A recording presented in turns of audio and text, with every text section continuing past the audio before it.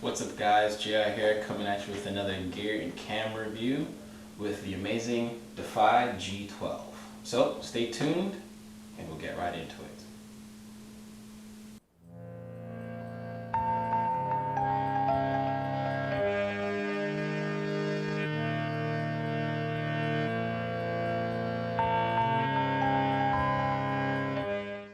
Hey guys, today we have Nikita Carpenter on set, definitely looking to get an opinion review on the Defy G12. We had the opportunity to use it in many times on our most recent excursion, of course, and we're going to be talking about how we actually go out and use this G12.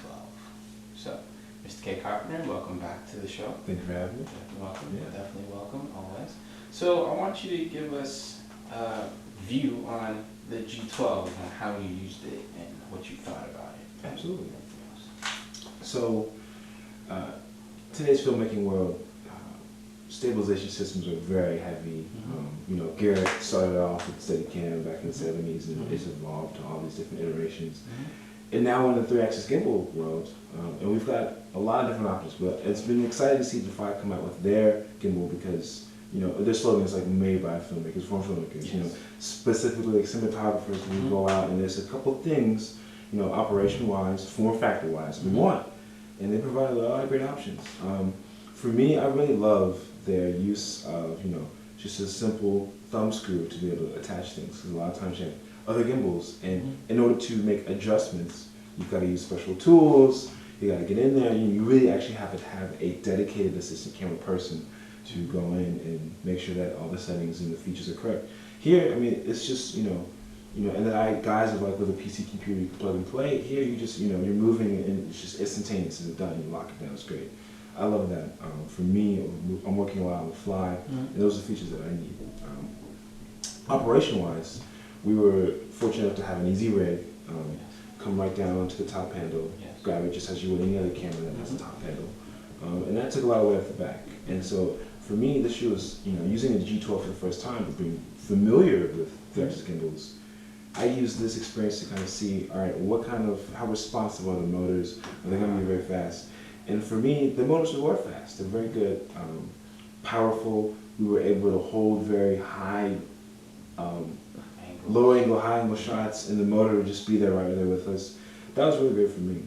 I do have an additional change that I would do with this unit is having more usability in the roll feature. Because for me, I don't mind canted angles. Sometimes I plan and use canted angles in my shoots, and it'd be great to have a little bit more accessibility or responsiveness and use of this pivoting point, because it can add for very fun shots, or if you want to go back to the things that people might learn in film school, or just naturally of how sometimes a shot that is obscure can evoke a sense of danger or whatnot. Sometimes you want that, and sometimes you just want to have to do something fun. So that'd be my only change.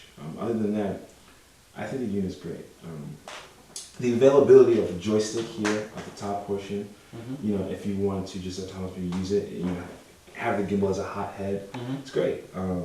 We use this a ton, as you know, and this helped us, we had a shot on the ground, we were doing a low shot, and we wanted to basically be on top of this person and pan up and pan back down to see them walking away. Without that joystick, we wouldn't be able to achieve that shot. So that's something that just is amazing to have. I think the only other thing that I would think of is, my main thing I would work on with this unit is also the powering of the unit. A lot of times, and these motors and the things that we have all come from the RC world, and that's how we power. And it's a very set, regimented world. And I think the marriage in between, how we have, our smaller, maybe Dionic batteries, maybe a smaller form factor than that. And these are things that ultimately obviously take time, because it takes time in development to make a battery correct and usable and up to OSHA standards, FCC standards, all that jazz. But other than that, the current set that we had, we were able to run all day on 2 batteries. Perfect. And it was perfect. I think that's most of what I have. Yeah, definitely. The Defy has 3 models. Their G2X, which is a smaller form factor, for DSLM or DSLR cameras that are rated at say 5 pounds, between 5 and 2 pounds.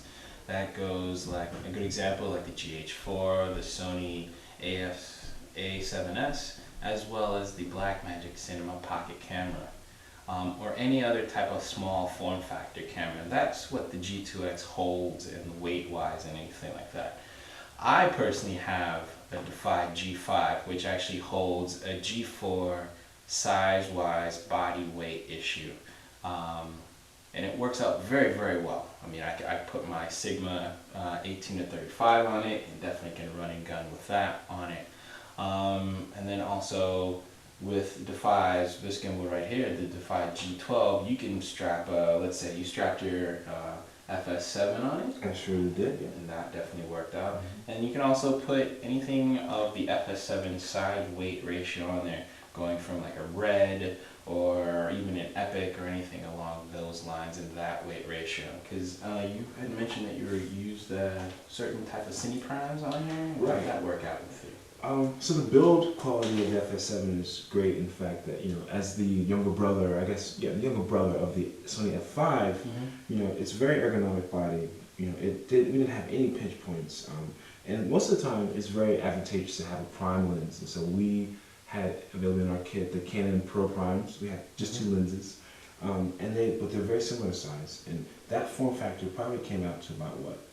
A little bit less than a foot. And, you know, we were able to have full range of motion on all axes, nothing hitting, nothing binding. And that's something that I really was pleased about because that's always a fear factor. You might build your camera up, have all the accoutrement you need if you want to have the wireless follow focus and transmitters going back to a monitor or what have you. And you're worried if I tilt or pan my camera, will there be clearance? And we had tons of clearance. It was great. Exactly. And let's get it straight out there in the world. Yes, when trying to balance a gimbal specifically, you have to balance the yaw, pitch, and roll on this, and you have to be very specific on it. It may take some time, but once you get through it, once you get used to knowing how to balance different size cameras, it becomes very quick, and you can actually make those finite adjustments on the fly as we did in the field. And it definitely set up for like moving and switching off from lens to lens, or putting it in, like you said, Dutch angle, candid angle, or anything of that nature.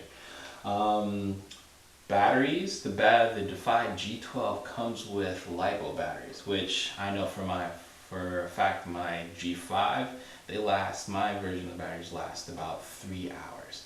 The G12, I'd have to say a good 4 hours per each battery, and we had the 3 on each batteries. I think 3 batteries throughout the entire day. 3 batteries throughout the entire day. Worked out very well, very fast, very quick, very easy to set up. It's plug and play. And as well as, I mean, you know, a lot of the new gimbals or the gimbal industry is coming from an RC world. So newer products coming out there definitely set a bar of like, okay, here's a newer version of this type of item and such. I'd have to say, on top of that, this rig is definitely the big boy, the heavy lifter. It can definitely carry a light load, full matte box, full camera, full semi primes, or if you want to strip it down and actually use it bare bones on a camera, that it can definitely do that. I would like to get your opinion on a couple of things in the field.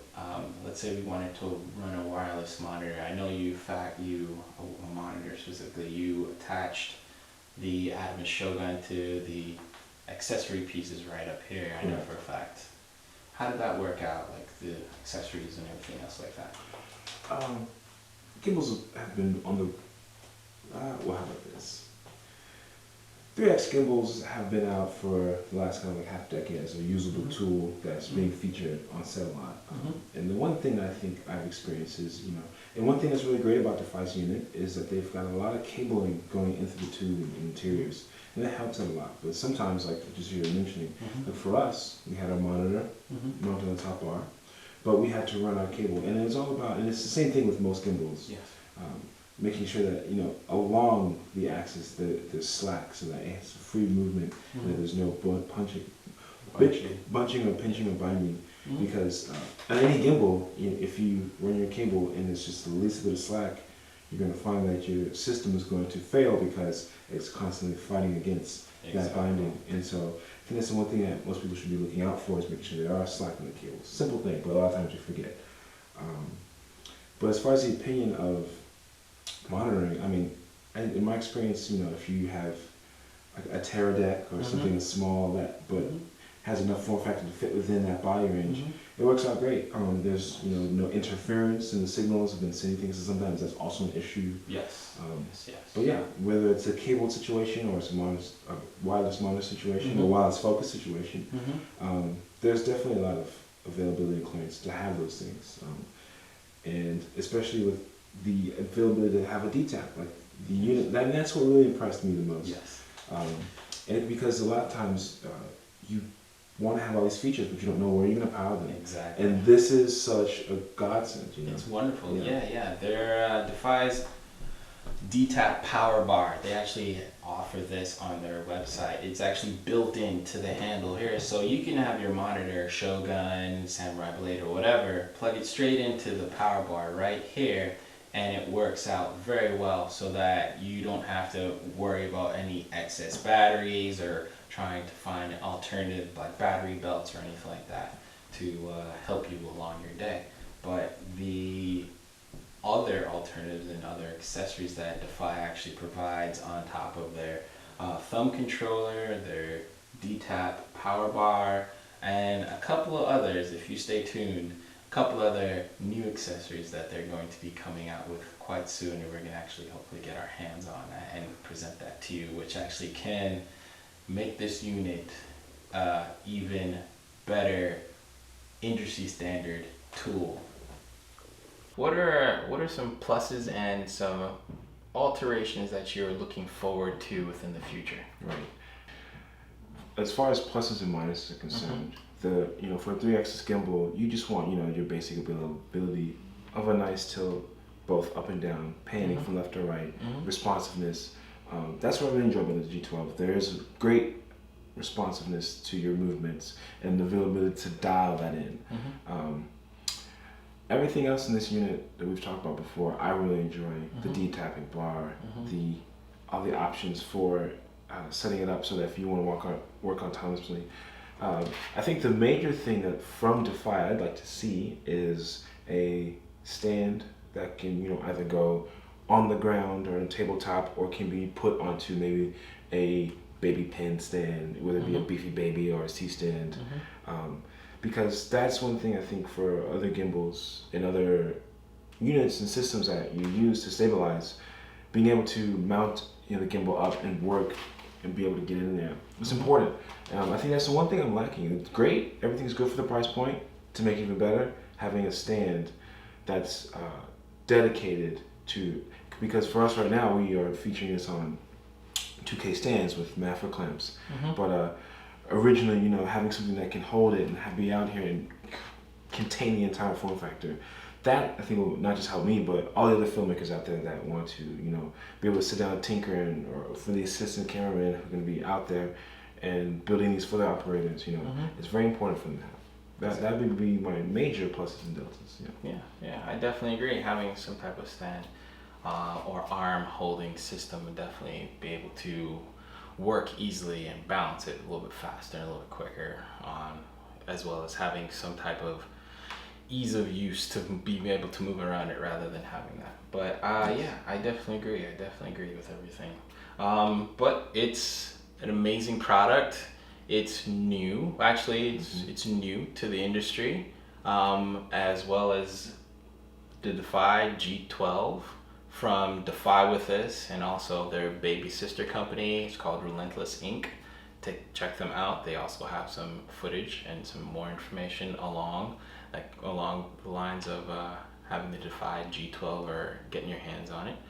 But from that point out, I think it's a wonderful investment for anyone to get out there and get moving and add some type of movement within their shots. So I guess from that point, it's definitely a good thing. I would like to thank Mr. Carpenter once again. Thank you for having coming me. out. Yeah, definitely. And look forward to having you back on the show.